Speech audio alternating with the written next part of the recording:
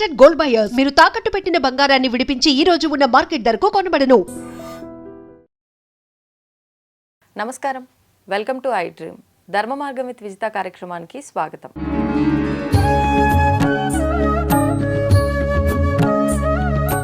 ప్రస్తుతం మనతో పాటు ఉన్నారు దివ్య విశ్వశక్తి పరివార ప్రచారకులు స్వామి ఓం స్వరూప్ గారు. ఇప్పుడు వారితో మాట్లాడదాం. నమస్కారం అండి. దివ్య స్వరూపులందరికీ దివ్య ఆశీస్సులు.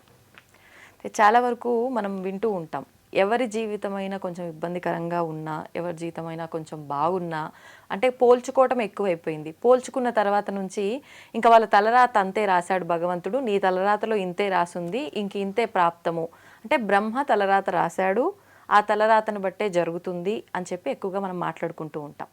నిజంగా బ్రహ్మ తలరాత రాస్తాడా? మరి రాస్తే మార్చుకోవాల్సిన అవసరము, మార్చుకునే అవకాశము ఎవరి చేతిలో వాళ్లకు ఉంటుందా ఈ కలియుగంలో ప్రత్యేకంగా? దాని గురించి వివరణ ఇవ్వండి. చాలా మంచి ప్రశ్న. ఎప్పుడు కూడా ప్రశ్న సంధించడం అంటే మా విజయమ్మ తల్లే. ఇలాంటి కొత్త కొత్త ప్రయోగం కాదు, ఇది అవసరము, ప్రజలకి తెలియాలంటే ఆ విషయాల్లో అనుగ్రహం, భగవంతుడి యొక్క కృప నీ మీద, ప్రజల మీద ఉండబట్టే తెలియపరుస్తున్నావు, తెలుసుకోగోరుతున్నావు. చాలా బాగుంది, సంతోషం. బ్రహ్మము అంటే విషయం తెలుసుకుందాం. బ్రహ్మము అంటే ఏమిటి? బ్రహ్మ అంటారు. 5 ముఖాలతన, 3 ముఖాలతన, 1 ముఖం కలిగిన ఆ బ్రహ్మదేవుడా? దేవుడు కరెక్టే, బ్రహ్మ కరెక్టే, ఆయన పేరు కూడా మరి సత్యంగా బ్రహ్మమే. అంటే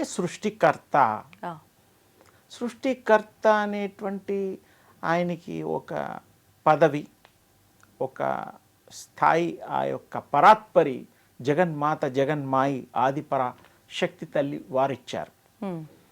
త్రిమూర్తులకు కూడా ఆ తల్లే సృష్టించింది. అది ఇంకొంచెం అడ్వాన్స్.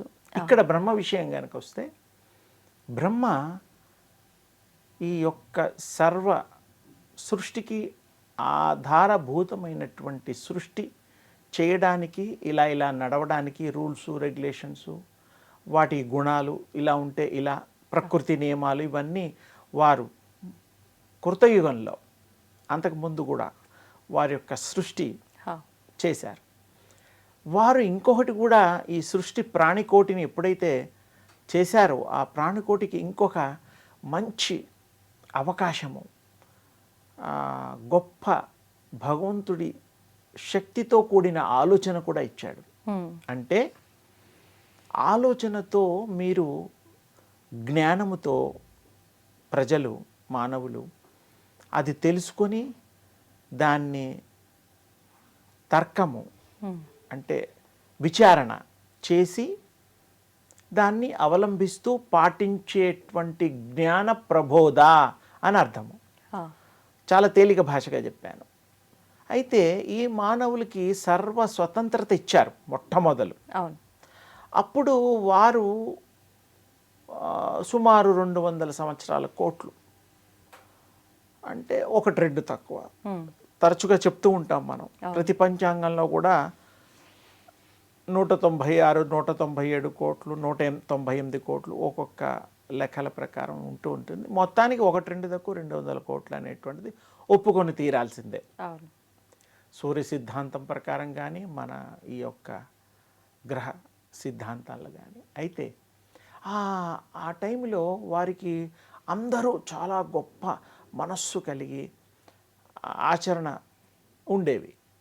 అప్పుడు వాళ్ళకి ఈ ప్రపంచంలో కొన్ని తెలుసుకోగోరడంలో, కొన్నిటికి చెట్లు చూసినా, పళ్ళు చూసినా తినబుద్దేసేది.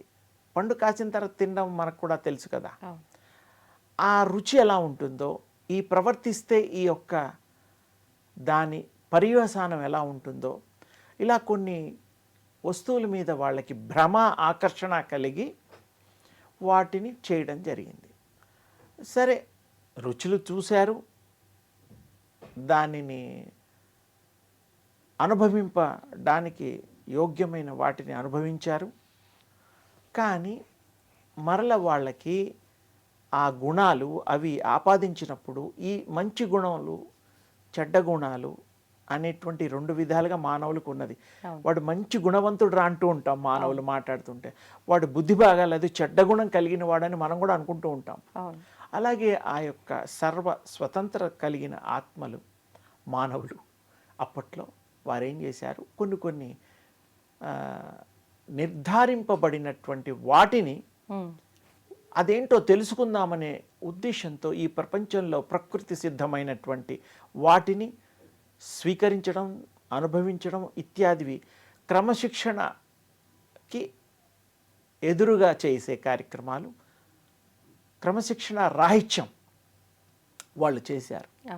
ఒకరిని అతిగా ప్రేమించిన, ఒకరిని అతిగా దూషించిన అసూయ ఇలాంటివన్నీ కూడా, కోపము, ద్వేషము, ఇవన్నీ ఎంత ఉండాలి, ఎలా ఉండాలి అనేటువంటి అవగాహన లోపించి అన్నీ అతిగా చేసి అనుభవించి, ఓహో ఇది చేసింది తప్పు, మళ్ళీ వాళ్ళ యొక్క స్వచ్ఛత అంటే ప్యూరిటీ, ఆ మొట్టమొదటి స్థానానికి మనం ఎలా చేరుకోవాలి అనే ఆలోచనలో పడ్డప్పుడు ఆ యొక్క బ్రహ్మని అన్న ఆ భగవంతుడన్నా వారు నిర్దేశించింది ఏమిటయ్యా అంటే, మీరు మీ తప్పు తెలుసుకున్నారు కాబట్టి మరల మీరు స్వచ్ఛత ఉండాలి, స్వచ్ఛంగా భగవంతుడు సృష్టించిన గుణాతీతాయ నమః, మతాతీతాయ నమః అనే పదాలకి అనుగుణంగా మీరు ప్రవర్తిస్తే మీరు మళ్ళీ స్వరూపంగా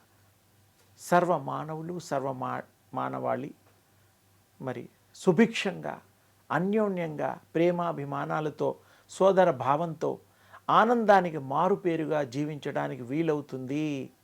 దానికి ఏం చేయాలి?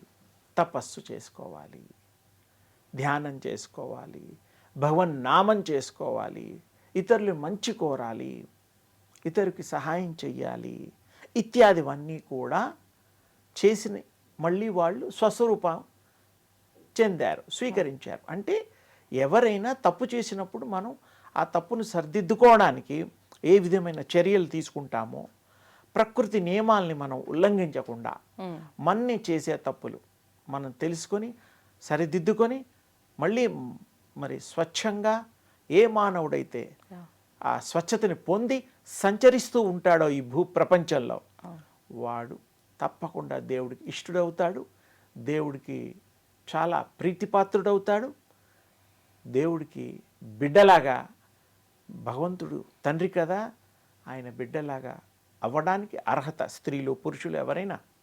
ఇది చాలా సింపుల్గా మీకు మామూలు భాషలో అర్థమయ్యే విధంగా బ్రహ్మత్వము, శక్తి, ఈ యొక్క ప్రకృతి నియమాలు, మానవులు ఏర్పరచుకున్న భేదభావాలు ఇవన్నీ మనం ఒక మారు దృష్టిలో పెట్టుకుంటే తప్పకుండా మనం ఆ భగవంతుడికి ఇష్టలుగా మారడానికి ఎంతో సమయం పట్టదు, చాలా తేలిక. చివరికి దీని సారాంశం ఏమిటంటే, మంచిగా ప్రవర్తించు, మంచి బుద్ధితో కలిగి ఉండు, ఇతరులకు మంచి చెయ్యి, ప్రకృతిని ప్రేమించు, ప్రకృతిని ఆరాధించు, భగవంతుడిని అర్థం చేసుకో, నీ హృదయపీఠంలో భగవంతుడిని నిలుపుకొని సర్వకాల సర్వావస్థలందు ఆ స్వామిని, తల్లిని, ఇష్టం వచ్చిన దేవుళ్ళని మీరు కోరుకునే వాళ్ళని ధ్యానించు, ఆ మోక్ష ప్రాప్తిని పొందు అని తేలికపాటి అర్థం అందరికీ ఆమోదయోగ్యంగా అర్థం చేయడానికి ఈ యొక్క భగవంతుడి యొక్క కృప అపారంగా విశేషంగా మీ అందరికీ ఉండాలనే సత్సంకల్పంతో ఆ భగవత్ ఉవాచ మీకు అందించడం జరిగింది. శుభాశీస్సులు. ధన్యవాదాలు.